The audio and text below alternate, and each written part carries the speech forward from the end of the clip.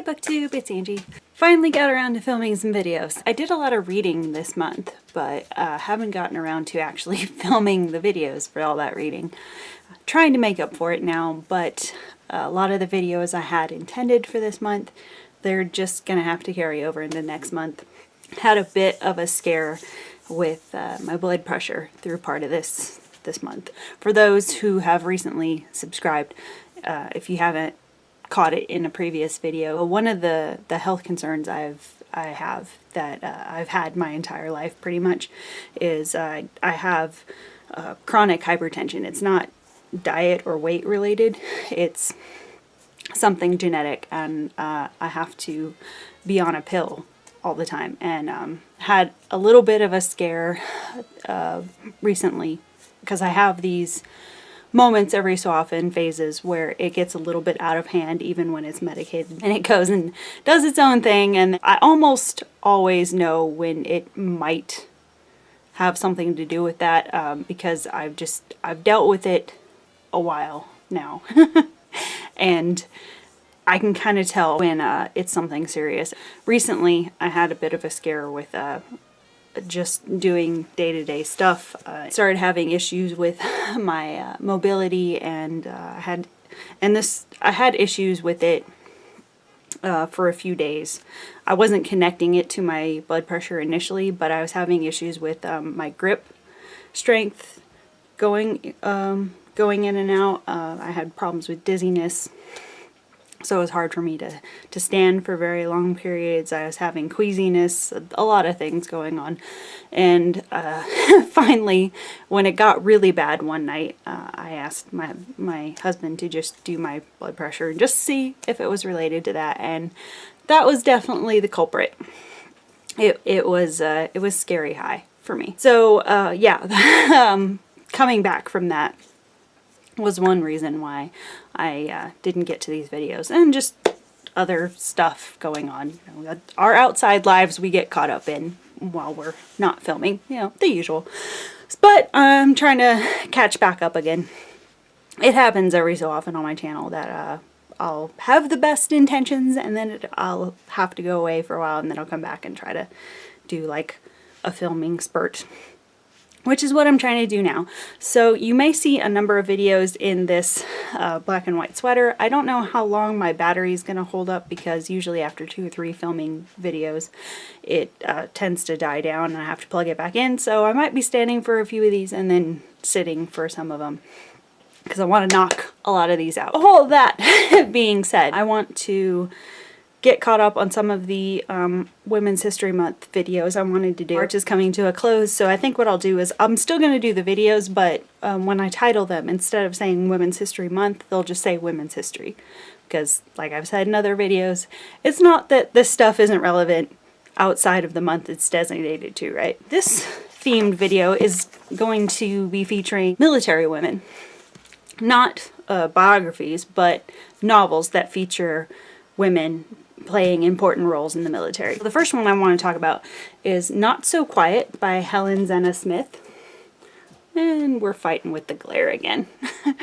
Okay, there we go. I believe that's supposed to be a girl, even though it looks a little bit like a dude. But this has to do with a team of World War I ambulance drivers. I'm trying to remember. I think it maybe starts just prior to World War I and carries through the war, but it's a look at this one crew of women who worked as volunteer ambulance drivers in France during World War I. It's written in sort of a journal style, and the main character is Helen Smith, and she gets nicknamed Smithy. All the women in this book get nicknames. Like, I think Toshington, there's a girl, they all go by their last names, and then their last names get shortened into nicknames. So like Toshington is nicknamed Tosh. There's one girl that's called the Bug.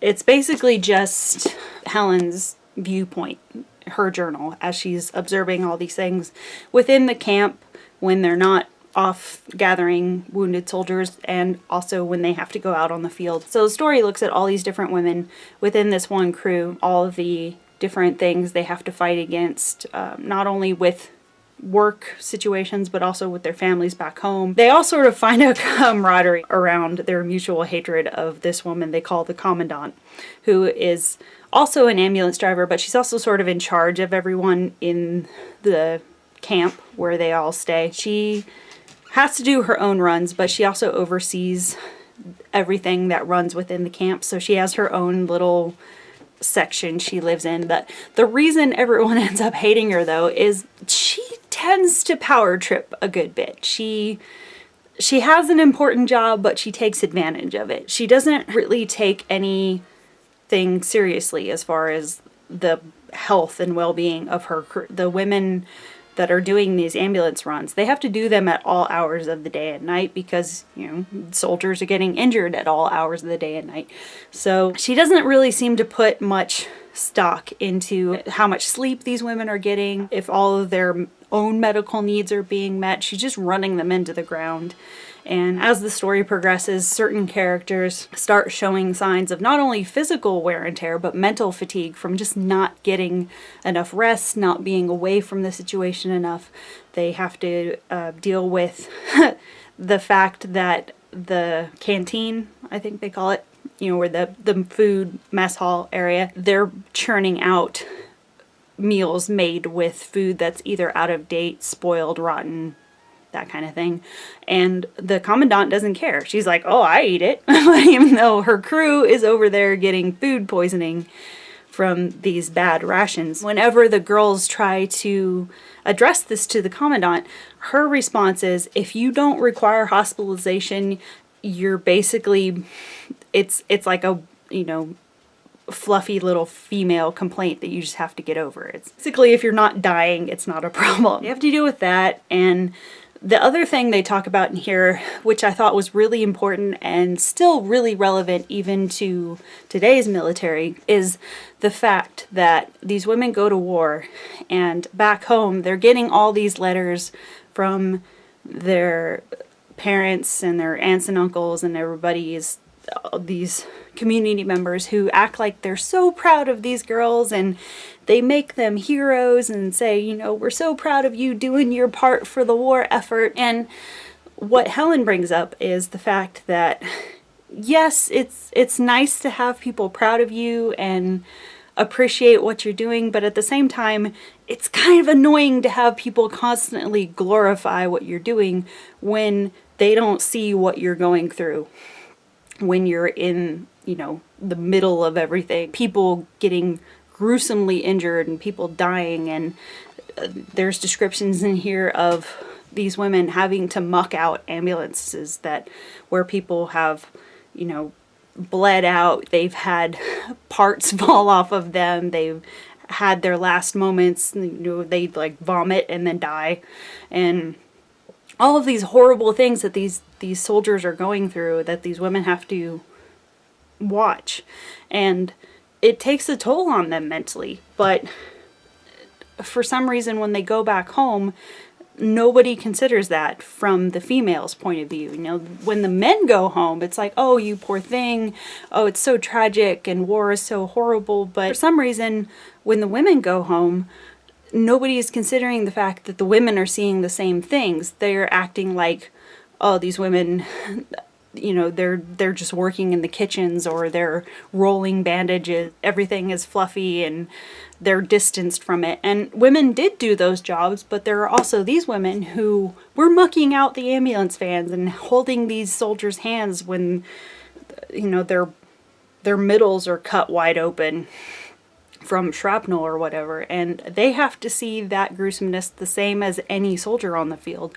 And nobody takes the fact that these women are going through these PTSD-inducing moments, it's not received the same way. And a lot of women in the story take that really hard, that their experiences are not met with the same gentleness or same concerns that the men are. So it brings up a lot of important thoughts and concerns that I think will, even now with today's world, still be relevant when you think about women in the military, the mental and physical wear and tear that goes into their bodies as well as male soldiers. When this first came out, it was originally published in 1938, I think, but it takes place during World War I.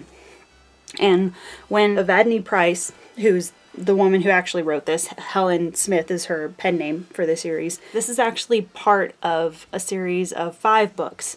And I tried to look it up online, but I couldn't find too much in the way of copies of the other books. So I don't know how easy it is to read the rest of the series, but I did read that this was the first in what ended up being a quintet of these characters, which is kind of weird considering if you ever read this, when you read the ending, you'll see what I mean. There's something to the way this story closes that, to me, it felt pretty like final. It makes me really curious to see how she ended up continuing the story, but I guess it's hard to find out when, I don't know, it's hard. I can't find the other books in publication, so I guess for a while at least I'll just be left in wonder. But this ended up being printed originally as a magazine serialization. It was printed for the People magazine, which is a UK publication. Evadne Price is actually a Australian writer, I believe. She ended up first publishing this with the People magazine. I think it's still in publication. I think now it goes by the name The Sunday People. Or maybe it's not a magazine, maybe it's a newspaper. But I think it was a newspaper because I read that at the time the paper was publishing it, she was working for them as a war journalist.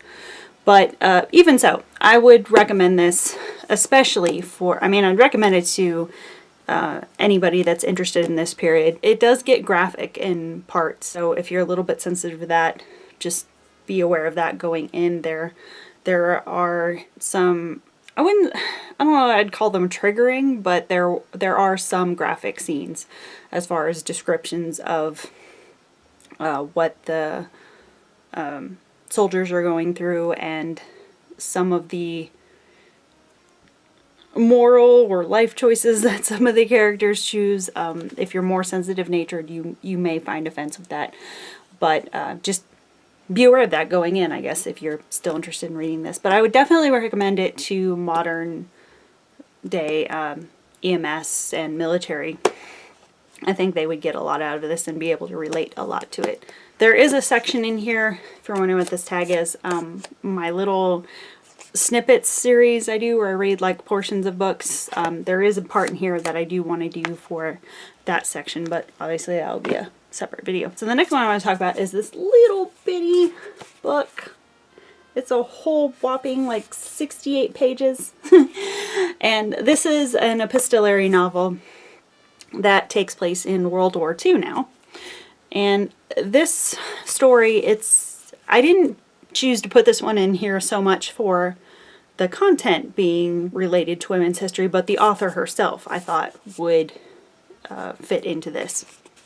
So this is the story of these two guys, Max and Martin, who own an art gallery in San Francisco. Martin is of German heritage, Max is of Jewish heritage, and I think the story opens up like just right before World War II, or like right before it picks up steam. Just at the beginning when things were just starting to brew and it looked like the world was heading in that direction. I think that's kind of where this comes in. But the premise is Max and Martin are working in San Francisco, and Martin decides that he wants to take his family back to Germany, raise his kids there, and live as a German again. So originally what the guy's plan was that they would keep the business, but maybe Martin would sort of do dealings from afar. Max would run the bulk of the business and kind of keep Martin up to speed on what was going on and still, you know, keep him in the loop and stuff. So the story here is the story of their friendship is told through these letters that go back and forth after Martin goes back to Germany. One of the things that you should watch for when you're reading this, when you're going through this, Martin's early letters look like that as far as the heading on his letters. As he gets more and more into what's going on in Germany at the time, you'll see his letter heading changed to that. Because what happens is, as Martin gets more and more established in Germany, he gets caught up in the scene, and he sees how much the working class is struggling, how many people are really impoverished and fighting to just eke out a living, just the bare bones living with the regime or administration or whatever you want to call it, the ruling party that's there before Hitler.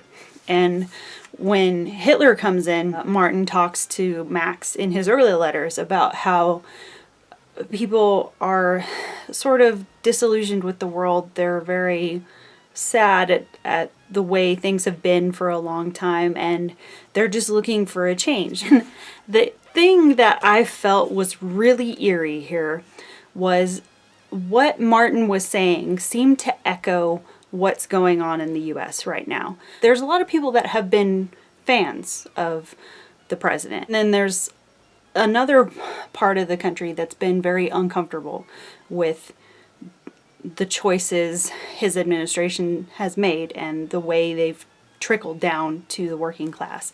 And one of the things I heard on a news show recently, when everybody is sitting here wondering how Donald Trump got the popularity he seems to have in the polls, because a lot of people, when they talk among themselves, you don't meet a lot of vocal Trump fans, but somehow he keeps rising in the polls, the preliminary polls that are going on now. And one news show that I was watching mentioned the fact that a lot of that has to do with the fact that people are so disgruntled with the way things are, and they just want a change. And they said a lot of his popularity is coming from the fact that the people seem to want somebody that does not have a political background, because we've just been burned for so long, and people want a change, and they seem to just be voting for anybody that's not politically affiliated, that does not have a political background, and that's what they're voting on. They could give a shit less that it's Trump, which is really scary. I would not vote somebody just to have a non-political background in office. That's just stupid to me. You have to think about the person individually and what you're bringing in from that person, not from their general background. That's a whole other rant, though, like people not thinking things through. But reading that, what he was talking about, I felt like that echoed things that were going on in the country right now here, when he talks about the fact that the German people, when Hitler was first coming in, before he had actually, got his power at the level we think of him as, when he was just coming in, Martin talks about how the German people weren't necessarily immediately gung-ho for him. It's just that they wanted a change so bad, and they were really hopeful that they said, okay, yeah, let's try him out. He's different. It's mixing it up. It could go well, right? It's funny that you read about these things that are written so long ago. Because, again, I think, when was this one written? This one was written in 1938. And you think about things that are written that long ago, and they're still echoing things that are going on now, which doesn't say a lot for us learning from mistakes. But what ends up happening in the story is Martin starts getting more involved in local politics, and he starts getting more involved with the Nazi Party. And eventually what happens is this friendship that had gone on between these two guys in the States suddenly is not okay with Martin. He writes to Max and says, initially he starts to say, I don't know how comfortable I feel with continuing our friendship, our business relationship.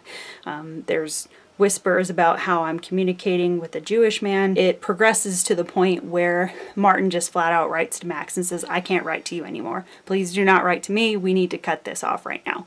And Max, understandably, is stunned because he's worked with this guy for years. They've been friends. Max writes to Martin and says, you've been like a brother to me. What the hell? It goes back and forth a little bit until Martin says, no, seriously, this is the best situation for us to end this. And initially Max goes along with it, until Max hears word about his sister, who is a stage actress. She is traveling with her theater company around Europe, and one of the productions is scheduled to be performed in Berlin. And Max is Jewish, so his sister is Jewish, and she's walking right into Berlin with her production company.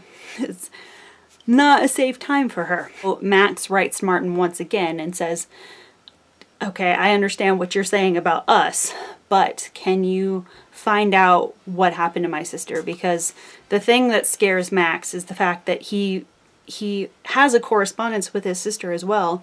Everything is great until all of a sudden he's sending her letters, and her letters come back as address unknown. And he said, that's not right, because I'm sending it to the same address I always send it to, and now all of a sudden they're saying that doesn't exist. So he writes to Martin and says, can you please find out what happened to my sister? Can you make sure she's safe?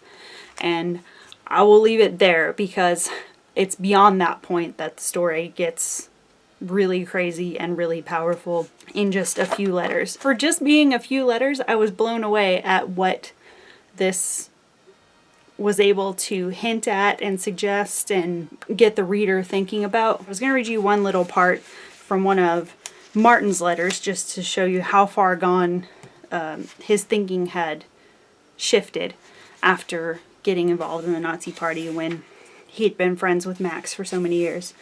So Martin says in this one letter, "It is impossible for me to be in correspondence with a Jew, even if it were not that I have an official position to maintain. If a communication becomes necessary, you must enclose it with the bank draft and not write to me at my house again.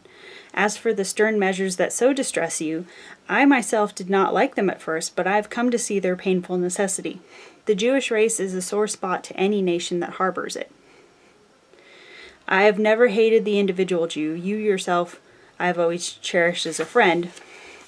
But you will know that I speak in all honesty when I say I have loved you not because of your race, but in spite of it. The Jew is the universal scapegoat. This does not happen without reason, and it is not the old superstition about Christ killers that makes them distrusted. But this Jew trouble is only an incident. Something bigger is happening. If I could show you, if I could make you see the rebirth of this new Germany under our gentle leader, not for always can the world grind a great people down in subjugation. In defeat for 14 years we bowed our heads. We ate the bitter bread of shame and drank the thin gruel of poverty. But now we are free men. We rise in our might and hold our heads up before the nations. We purge our bloodstream of its baser elements." What is with the Nazi Party always making, like, blood statements? "We go singing through our valleys with strong muscles tingling in a new work, and from the mountains ring the voices of Woden and Thor, the old strong gods of the German race. But no, I am sure as I write this, as with the new vision my own enthusiasm burns, that you will not see how necessary all of this is for Germany. You will only see that your own people are troubled. You will not see that a few must suffer for the millions to be saved. You will be a Jew first and wail for your people. This I understand, it's the Semitic character. You lament, but you're never brave enough to fight back, and that is why there are pogroms."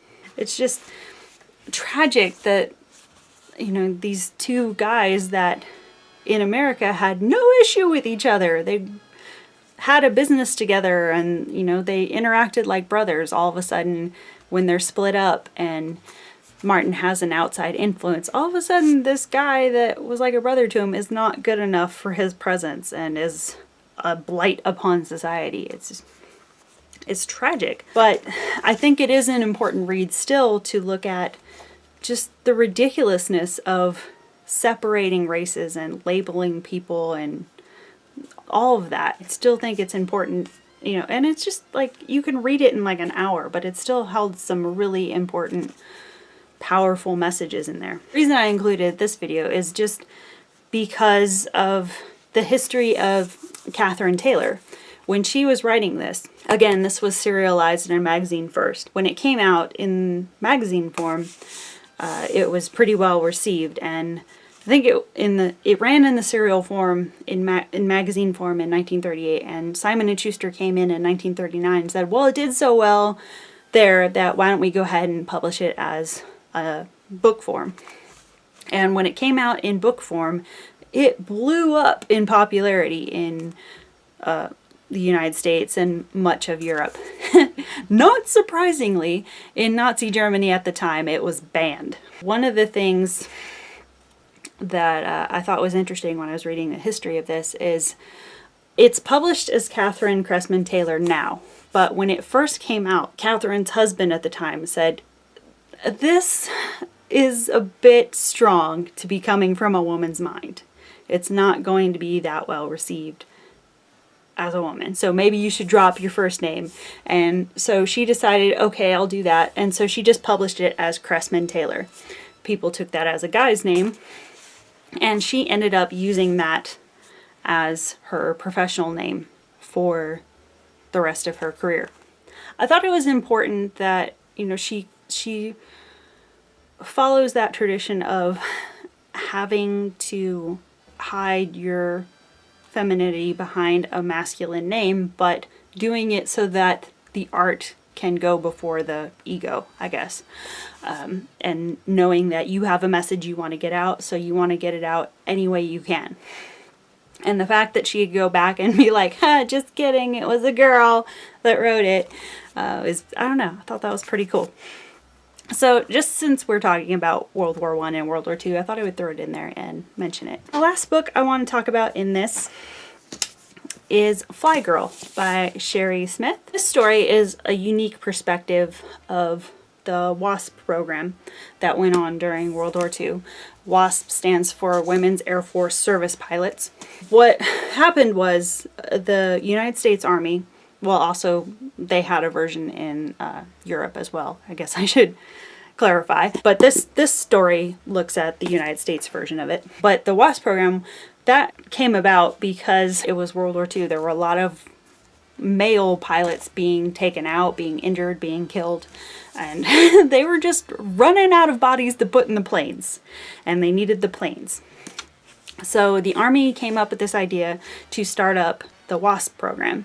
They sort of put out a call across the United States in this story and said, you know, if you have any flight experience, feel free to apply.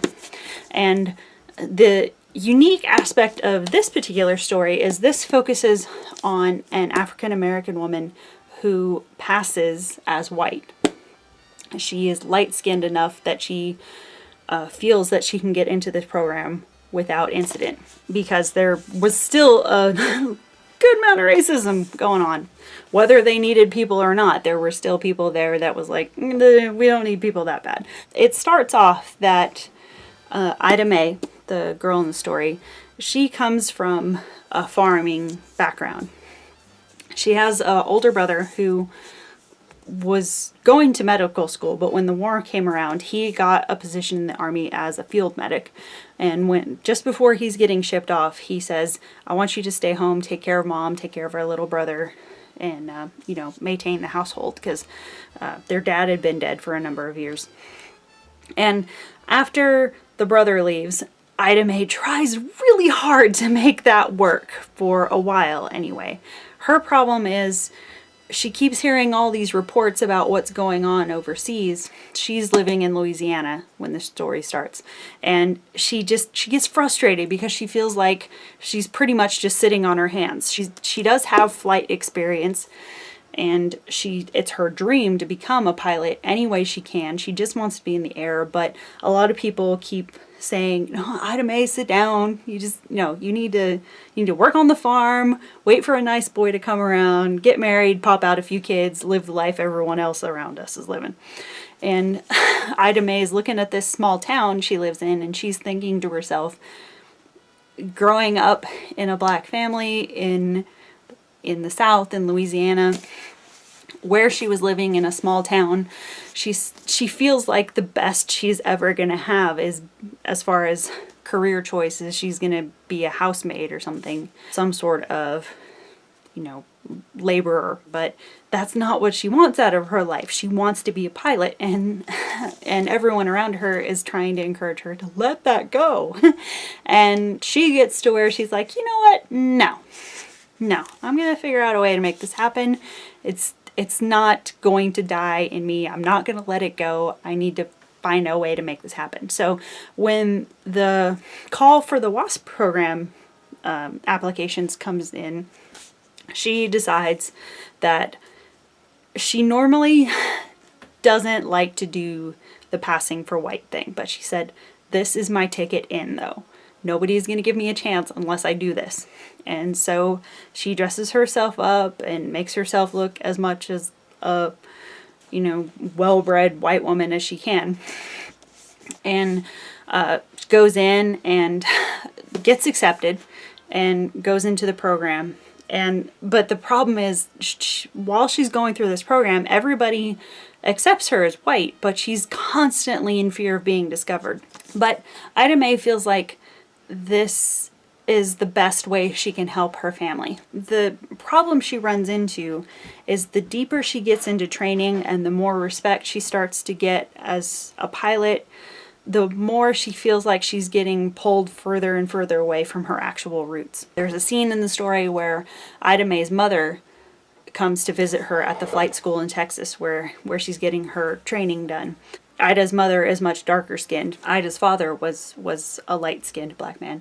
But when Ida's mother shows up, in order not to break Ida's cover, her mother has to pretend that she's the housemaid of this fake white family that Ida has been pretending she's from.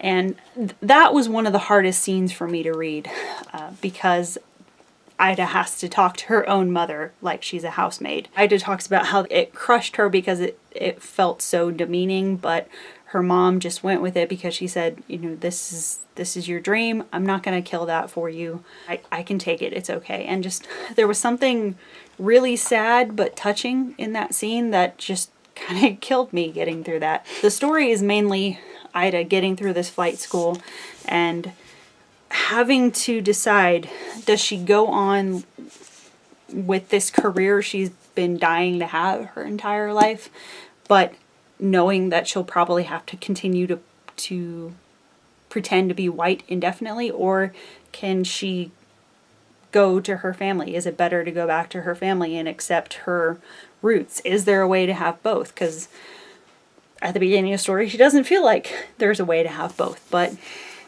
that's the question that gets asked a lot throughout the story. So I thought it was a really unique perspective to the WASP program. And there is a really interesting afterword that Sherri Smith writes in here about the history she learned while writing this story. And she does explain that to the best of her knowledge, as far as she was able to research, there is no evidence of African American women ever being in the WASP program. There is one story of an African American woman who tried to apply, and the story or the belief is that she was turned away solely due to race. But as far as minorities go, there didn't seem to be a lot of evidence within the WASP program, other than there were 2 Asian women that were accepted into the program. I have a lot of extra history that I plugged into my written reviews for all of these books. I will put them down below if you're interested in reading more. In my written review for this book, I also included a link to the WASP Museum if you're interested in learning more about the actual history. But yeah, it was a good time, and it looked at an important period that I think is not really talked about that much. The thing that I thought was really tragic that I never knew about as far as WASP history was in her afterword, Sherri Smith talks about the fact that these women who got accepted into the program, they were considered as full-fledged members of the military, but they were not given military benefits or full military benefits while they were in service.